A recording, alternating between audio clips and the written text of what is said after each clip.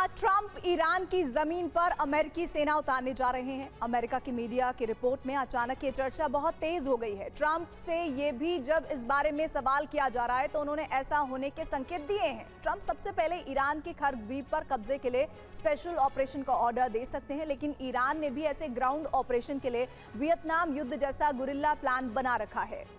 America के news network NBC और CBS की रिपोर्ट बता रही है कि डोनाल्ड ट्रंप सिर्फ हवाई और समुद्री हमलों तक सीमित रहने के बजाय अब जमीनी सेना भेजने के विकल्प पर भी गंभीरता से विचार कर रहे हैं। इन हमलों से ईरान में तबाही तो मच रही है, लेकिन सुप्रीम लीडर की हत्या के बाद भी तख्ता पलट नहीं हो पा रहा।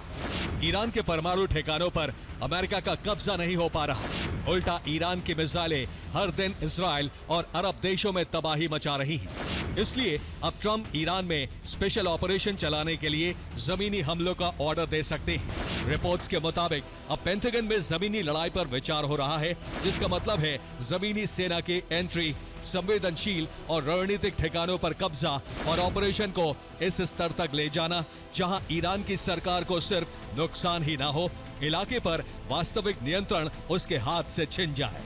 अरब में ट्रंप की रणनीति 5 कदम में समझी जा सकती है। सबसे पहले एयर स्ट्राइक, जिससे ईरान की सैन्य ताकत इतनी कमजोर हो जाए कि जमीनी हमला करने में कम से कम खतरा हो।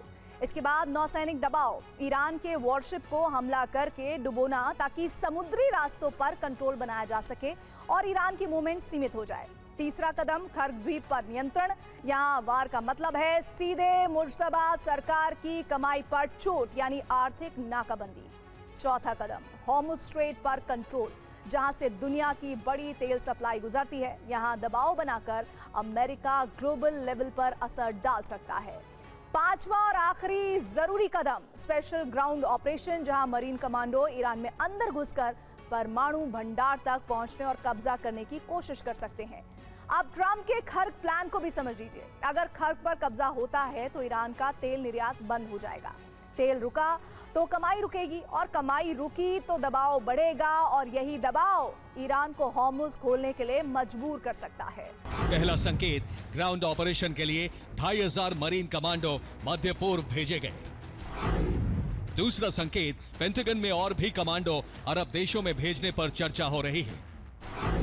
तीसरा संकेत, पिछले हफ्ते खर्ग पर हमला करके अमेरिका ने ईरान की सैन्य मौजूदगी कमजोर की। चौथा संकेत, खर्ग के आसपास बड़ा नेवी ऑपरेशन चलाया।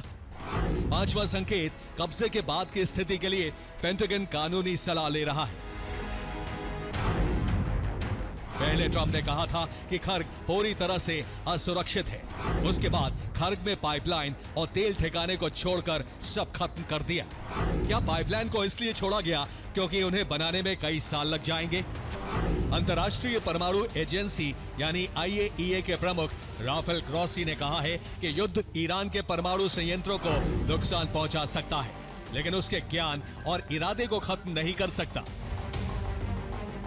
स्क्रीन पर जो इस वक्त आप तस्वीर देख रहे हैं, यही है वो मॉडल जिससे ईरान जवाब देने की बात कर रहा है। जंगलों में जमीन के नीचे बनी सुरंगों से अचानक निकलते सैनिक हमला करते हैं और फिर पल भर में गायब हो जाते हैं। यही तरीका वियतनाम में अपनाया गया था, जहां बड़ी और ताकतवर अमेरिकी सेना को छोटी छोटी टुकड़ियों ने सालों तक उलझाए रखा। अब इसी गुरिल्ला मॉडल को ईरान की सेना, IRGC और मिलिशिया अपना सकते हैं। यहाँ जंगल नहीं बल्कि पहाड़ है, रेगिस्तान है और सबसे बड़ी बात, बनाया गया है अंडरग्राउंड नेटवर्क, जहां से लड़ाके अचानक निकल सकते हैं, हमला कर सकते हैं और फिर गायब हो सकते हैं। हिट एंड रन अटैक, यानी अचानक वार और तुरंत पीछे हटना।